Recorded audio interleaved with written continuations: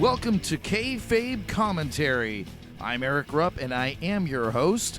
And on this show, we are going to be talking about pro wrestling, and in this case, specifically, the National Wrestling Alliance and their Season 2 opener that was presumably about Marty Scurll, but ended up being about all sorts of different things, and Marty Scurll almost became an afterthought. Now, Marty Scurll came in at the end of Into the Fire. He just appeared. Nobody was expecting him. There he was, and he created a firestorm, if you'll pardon the pun. And everybody was talking about it. Marty Scurll's in the NWA. Marty Scurll showed up at Into the Fire. And it was the big story. And everybody figured that the following Powerrr, just a few days later, would be focused primarily on Marty Scurll. And while Marty Scurll did have a role on the next Powerrr, it really focused on a lot of the other stuff that was going on. And the end of Powerrr last Tuesday, you saw a lot of stuff going on that people didn't expect, and that took all of the attention away from Marty Scurll, which was just shocking. And there's so much going on in the NWA right now. I mean, let's start with this. After Into the Fire, was James Storm right? Was there collusion between Nick Aldis and Billy Corgan, David Lagana, and the rest of the NWA? Have they been propping up Nick Aldis as their champion? Now, I think Nick Aldis is a great champion. I think he is the real world's heavyweight champion. But has he been given some breaks that other guys might not have gotten? Is that possible? Well, James Storm sure thought so. And coming into the match, you thought he was just full of it. He's just out of his mind. He's bitter. He's jealous. Whatever. Well, now you look at this. Guess what? Maybe there was some collusion.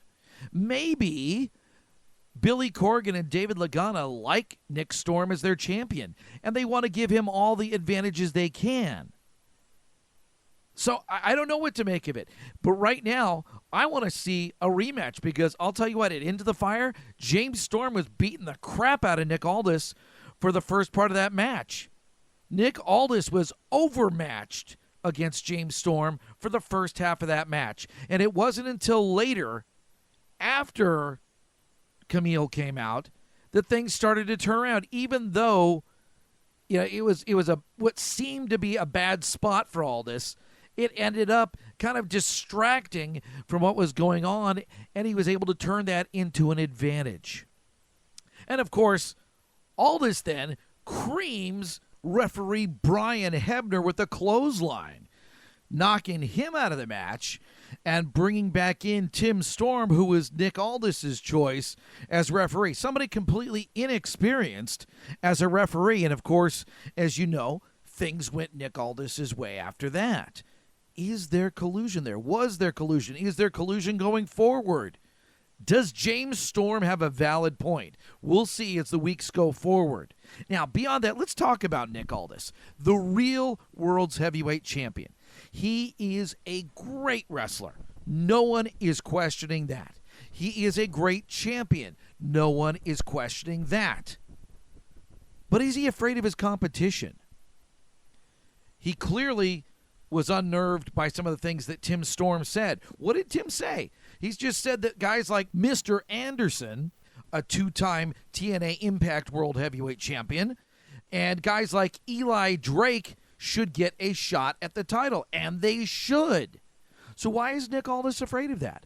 Why is he so concerned if he's a true champion? And let's not forget, this is the guy that had the crusade, the Aldis Crusade.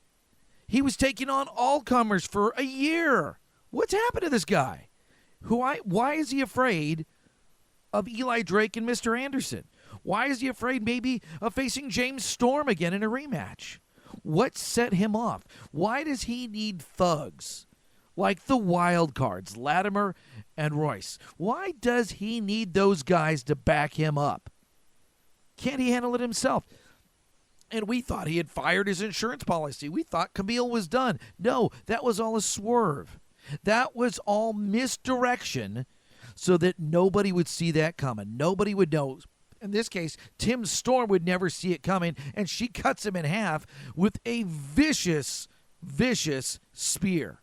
I mean, that was like a linebacker technique. She just cut him in half, knocked him down, almost knocked him out. That was brutal. And it was all misdirection and trickery. So does Nick Aldis need misdirection and trickery to hold on to his belt, or does he think that he needs that? Because I don't know that he does. I think he can handle it on his own. He's proven that for the last 2 years. The one time he lost the title to Cody Rhodes, he won it back, 4 or 6 weeks later? He won it back in a best-of-3 falls match. He proved what a great champion he is. So why does he suddenly feel like he needs help to hold on to that title? What is going on there? He's clearly arrogant, which most heavyweight champions are. Go back to Ric Flair. That guy was arrogant. But the one thing I'm seeing with Nick Aldis is he's kind of becoming insecure. Is it Marty Scurll? Is it looking at guys like Eli Drake and James Storm and even a veteran like Ken Anderson? Is he worried that they're going to catch up to him and take his title? I mean, Nick Aldis has gone so far, he's even mocking kids on Twitter.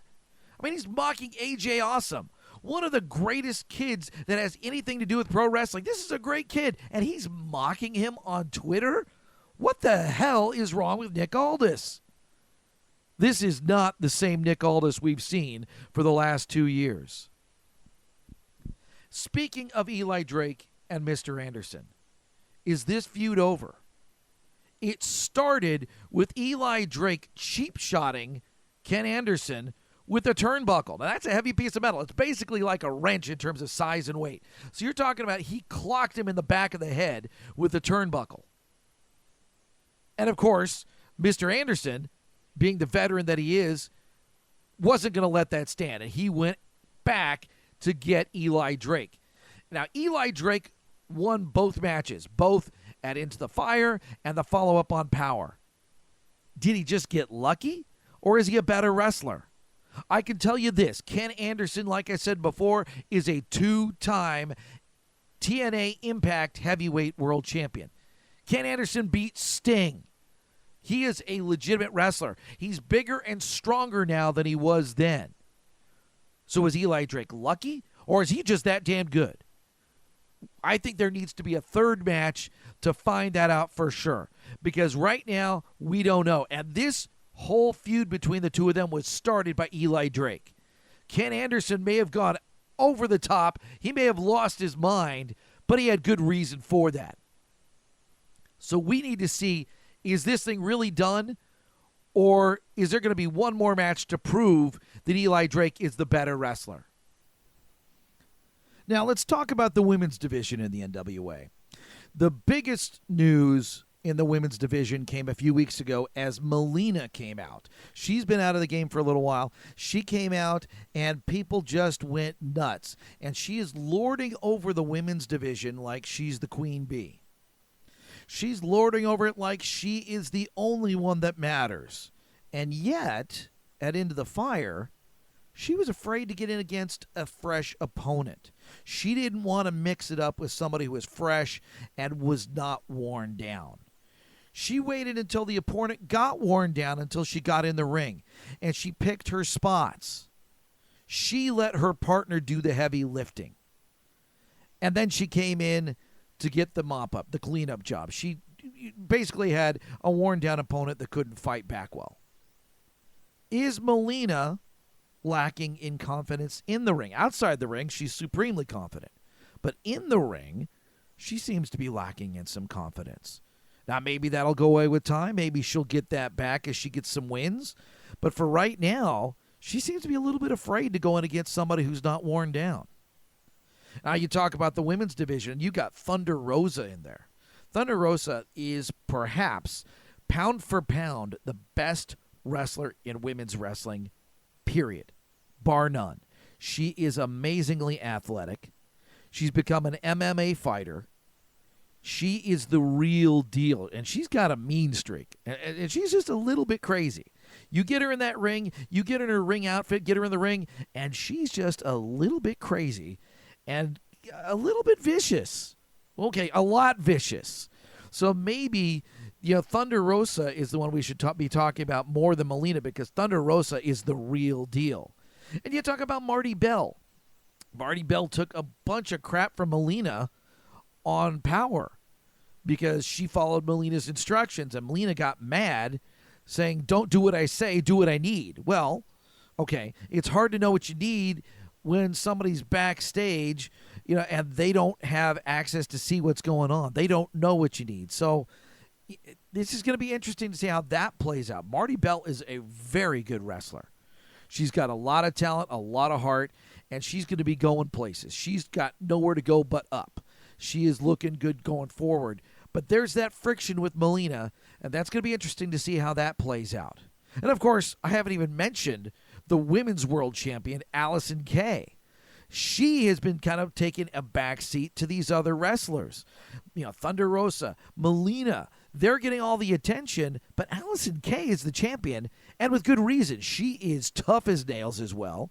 She's a really tough wrestler. She's got good wrestling skills, and she never quits. She can go down, she'll be hurt, and she'll get back up. So with all this attention focused away from the champion, is this something where she's going to take it out on her next opponent in the ring? That'll be interesting to see. But what we have seen from Into the Fire and then the following Powerrr is that the NWA has a ton of great stuff going on. Billy Corgan and David Lagana have been hitting it out of the park since Powerrr started. Billy Corgan and David Lagana have been doing a great job since they started the 10 Pounds of Gold series 2 years ago. Tim Storm was a great story to start off the revitalized, rebooted NWA. And Nick Aldis, with the Aldis Crusade, was the right guy to take it to the next level. And now we're seeing more talent. Eli Drake, Mr. Anderson, James Storm. We're seeing all this great talent. Marty Scurll. I mean, hey, if the NWA hadn't been built up to where it was, Marty Scurll wouldn't bother to show up at an NWA event. But he's there. So what we're seeing is the NWA is continuing to grow, and that's because they're doing shows that are not quite flawless, but darn close to it. So the NWA is really where it's at in pro wrestling going into 2020, and it'll be interesting to see how everything plays out. That's it for right now. That's my Kayfabe commentary. My name's Erik Rupp. I've been your host. I'll be the host next time. We'll be glad to talk to you then. And until then, watch Powerrr and the next NWA pay-per-view, Hard Times.